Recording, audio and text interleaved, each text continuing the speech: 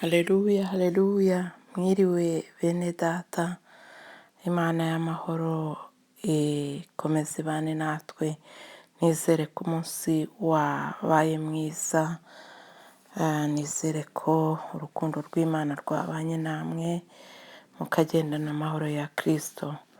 Ni Pasiteri Marie Therese ugarutse muri rya jambo ry'ubutumwa bwiza. Ngarutse kuvuga Imana rero, muri uyu mwanya tugiye kongera gufashwa n'ijambo riri mu butumwa bwiza uko bwanditswe na Yohani, ibice ni 21, turahera ku murongo wa 20. Haranditse ngo Petero arakebuka abona umwigishwa Yesu yakundaga nawe abakurikiye, ari we wari wariseguye igituza cya Yesu basangira nijoro, akamubaza ati databuja, ninde ugiye kukugambanira? Petero abonye uwo abaza Yesu ati mwami, uyu se azamera ate? Yesu aramusubiza ati niba nshaka ko agumaho kugeza aho nzazira upfa iki? Nkurikira. Nicyo cyatumye iryo jambo ryamamara muri bene data ngo umwigishwa ntazapfa, ariko Yesu ntiyabwiye Petero yuko uwo atazapfa, ahubwo yaramubwiye ngo niba nshaka ko agumaho kugeza aho nzazira upfa iki? Uyu ni we wa mwigishwa uhamya ibyo, ni nawe wabyanditse, kandi tuzi yuko ibyo ahamya ari iby'ukuri. Amen. Imana yacu ihabwe icyubahiro. Nagira ngo muri aka kanya mvuge neruye noneho uriya mwigishwa ko ari Yohani. Yohani wari umwigishwa mutoya mu bandi muri 12, akaba ari umwigishwa Yesu yakundaga cyane, ariko nawe agakunda Yesu. Ni umwigishwa wari uzi icyo gukora mu gihe cye, kuko yakundaga kubaho umwami wari, yakundaga kuba aho umwami we agiye, yakundaga kumukurikiranira hafi. Yagendanaga nawe amuhamagaye, akagendana nawe atamuhamagaye. Imana yacu ishimwe cyane. Yari umwigishwa waje kugira ngo asobanukirwe Yesu neza, niyo mpamvu yamuhoraga bugufi. Izina ry'Uwiteka rihabwe icyubahiro. Ijambo ry'Imana riratubwira ngo nkunda abankunda, ngo kandi abanshakana umwete bazambona. Ni umwigishwa rero washakanye Imana umwete, nuko abana na Yesu, na Yesu aramukunda cyane. Imana yacu itugirire neza. Ijambo nshaka ko tuvuga uyu munsi ni ijambo rivuga ngo sinzapfa nzarama, kugira ngo ntekerereze abantu iby'imirimo n'ibitangaza Uwiteka yakoze. Bwira umuntu mwegeranye, umubwire ngo sinzapfa nzarama, kugira ngo ntekerereze abantu iby'imirimo Uwiteka Imana yakoze. Ririya jambo ryo ku murongo wa 22 ni ijambo ririnda Yohana mu buryo bwose, rimurinda mu gihe azaba akiri kuvuga ubutumwa, kandi rimurinda n'igihe atazaba akiriho, kugira ngo ibyo azakora bizasigare bivuga mu cyimbo cye. Imana yacu ihabwe icyubahiro cyane. Ni ukuvuga ngo Yohani yabanye na Yesu, bituma abona neza imirimo izakomeza ivuga n'igihe azaba atakiriho. Ndagira ngo nkubwire ngo mu gihe nk'iki ngiki, niba wari unyemereye ukankundira, ugashaka imirimo izaguherekeza, imirimo izasigara ivuga aho utakiri, Imana yacu ikugirire neza cyane.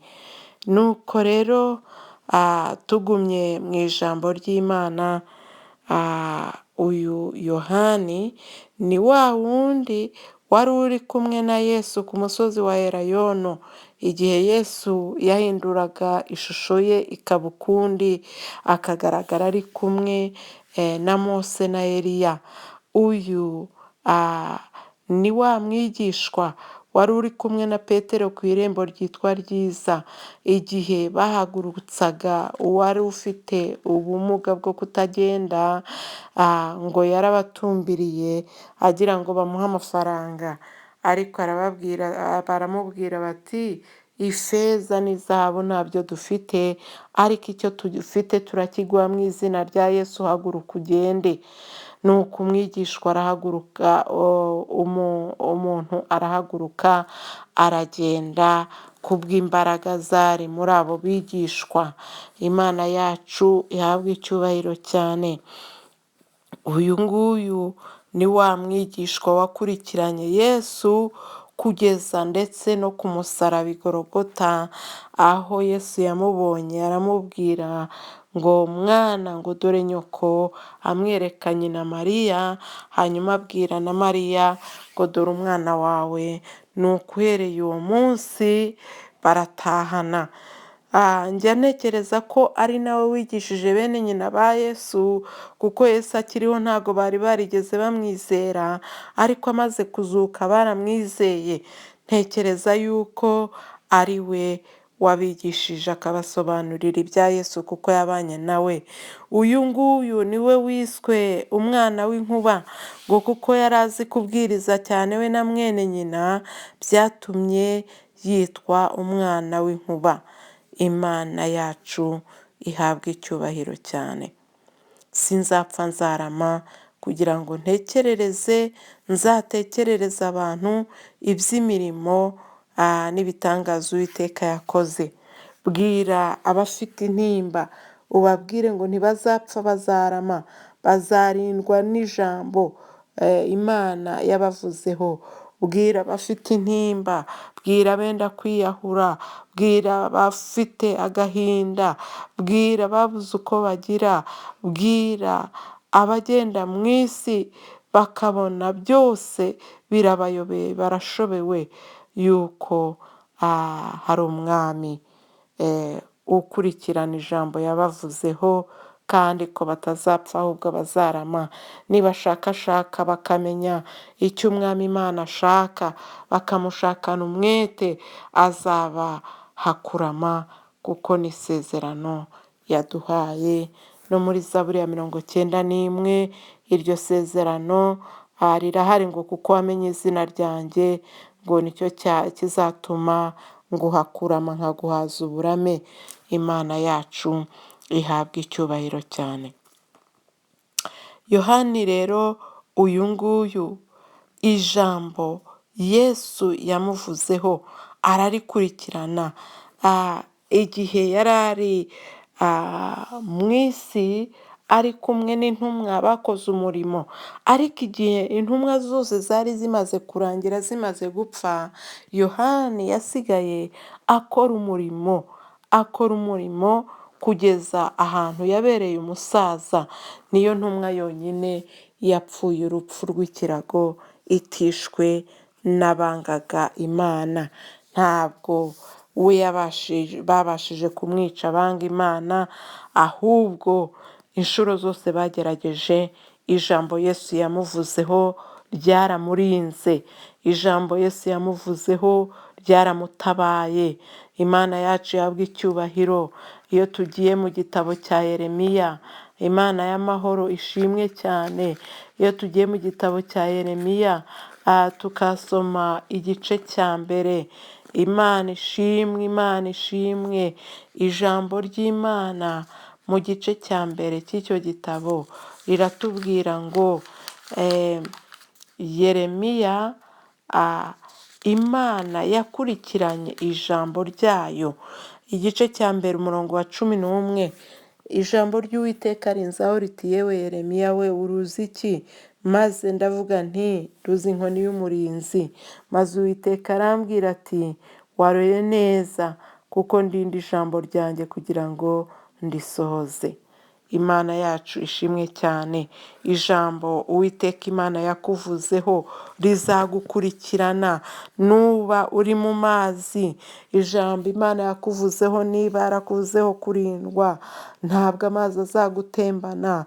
nuba mu muriro, ijambo Imana yakuvuzeho ntabwo umuriro uzagutwika, ijambo rizagukurikirana no mu muriro rigukuremo, nuba mu mwobo, nuba no mu nda y'urufi, ijambo ry'Imana yakuvuzeho rizagukurikirana. Imana yacu ishimwe. Uyu Yohani iryo jambo ryaramukurikiranye, ijambo rivuga ngo nunyura mu muriro ntuzashya. Igihe kimwe baramureba babona ari kuvuga ubutumwa bwiza, abantu bari kwihana kandi bo barashaka ko Yesu atamamara. Nuko baravuga bati Yohani twamugenza gute ko abwiriza abantu bakihana, abantu bakaba badushizeho? Baravuga bati reka tumutekere amavuta tumukarange ifiriti, Imana itugirire neza. Bati tumutwike tumushiririze, ariko Uwiteka Imana ijambo yamuvuzeho rimukura mu mavuta. Barateka amavuta barayatogosa barayabiza, amaze kubira bamushyiramo, bamaze kumushyiramo nuko ngo kugira ngo amavuta amutwike, amavuta atangira kumwoza neza, atangira kumukuraho iminkanyari, atangira kumukuraho uruhu rukanyaraye, atangira kumukuraho uruhu rushaje, atangira kurambura imitsi, atangira kumurambura inkokora, arambura ibiganza, arambura amano. Nuko ngo bagiye kubona, babona amavuta aho kugira ngo amutwike yahindutse ubusa rwose. Imana yacu ishimwe cyane. Ijambo ry'Imana riboneka mu Baheburayo. Imana yacu ishimwe cyane. Ni igice cya mbere, umurongo wa 7. Imana ijambo ry'Imana riratubwira ngo iby'abamarayika yarabivuze iti hindura abamarayika bayo imiyaga, n'abagaragu bayo ibahindura ibirimi by'umuriro. Imana yacu ishimwe. Yohani yageze mu ngunguru y'amavuta, nuko ahinduka ikirimi cy'umuriro. Aho kugira ngo umuriro umutwike warawutwika, aho kugira ngo amavuta amwotse we arayanetraliza. Imbaraga z'Imana, ijambo ry'Imana yamuvuzeho rinetraliza imbaraga z'umuriro, rinetraliza imbaraga z'amavuta. Imana yacu ishimwe cyane. Kwari ukugira ngo azakore iby'ubutwari. Avuye mu muriro baravuga bati ubwo tumunaniwe twamugira gute? Ngo baravuga bati reka tumujyane mu kirwa cya Potimosi. Hanyuma baramujyana, ngo bamugejeje ahubwo babonye akanya ko kwandika ibyahishuwe yitonze. Imana yacu ishimwe cyane. Uyu Yohani ni wa wundi wavuguruje Antikriste igihe yari atangiye gusesera mu itorero, ari kuyobya intore, ari kuyobya abizera, ari kubabwira ibitari byo.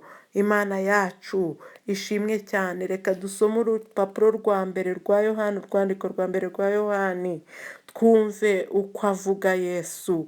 Yavuze Yesu uko abandi batamuvuze, kuko yabanye nawe uko abandi batabanye nawe. Iyo uba mu gituza cy'umuntu umenya ibyo byose. Iyo ahumetse nawe urabimenya, iyo ahumetse yishimye urabimenya. Ntacyo utamenya kuri we kuko uba uri bugufi bwe. Ijambo ry'Imana rirambwira ngo uwahozeho uhereye mbere na mbere, uwo twumvise, uwo twiboneye n'amaso yacu, kandi uwo twitegereje intoki zacu zikamukoraho, ari we jambo ry'ubugingo. Kandi ubwo bugingo bwarerekanywe, turabubona, turabuhamya, kandi none turababwira iby'ubwo bugingo buhoraho bwahoranye na Data wa twese, tukabwerekwa. Ibyo twabonye tukabyumva nibyo tubabwira, kugira ngo namwe mufatanye natwe, kuko ubwacu dufatanyije na Data wa twese n'umwana we Yesu Kristo. Ibyo nibyo tubandikiye kugira ngo umunezero wanyu ube mwinshi. Imana yacu ihabwe icyubahiro. Nanjye nkubwiye aya magambo kugira ngo umunezero wawe wo mu Mana ube mwinshi, kugira ngo umunezero wawe wo kwizera Kristo ube mwinshi, kubera yuko ijambo yakuvuzeho rizakurinda, amakuba naza rizakurinda, ibyago nibiza rizakurinda, kuko ajya rikurikirana. Imana yacu ishimwe. Uzaba umugabo wo guhamya, kubera yuko Imana izaba yagukoreye ibikomeye. Uyu nguyu aravuga ngo uwo twitegereje amaso yacu akamubona, intoki zacu zikamukoraho. Hari igihe umuntu areba ariko ntiyitegereze, ariko uyu we yarabikoze aritegereza. Imana yacu ishimwe cyane, Imana yacu ihabwa icyubahiro cyane. Byatumye rero akora umurimo abandi batakoze, aho yarwanyije abarwanyaga Imana, yarwanyije abanga Imana. Imana itugirire neza. Yageze mu zabukuru, yageze mu myaka myinshi cyane. Izina ry'Uwiteka rihabwa icyubahiro. Ijambo ry'Imana rikurikirana icyo ryamuvuzeho, kugira ngo abanze akosore amakosa yose abanzi b'Imana bashaka gushyira mu itorero. Uyu munsi nagira ngo ubwire ibikwasamiye, nagira ngo ubwire ibikurwanya, nagira ngo ubwire ibiguhagurukiye, byose byicare biceceke, ubibwire ngo sinzapfa nzarama, ngo kugira ngo nzatekerereze abantu iby'imirimo n'ibitangaza Uwiteka Imana yakoze. Cecekesha amagambo, uyabwire ngo wa magambo we, umutima wanjye uzi neza yuko umwami wanjye ariho. Amen.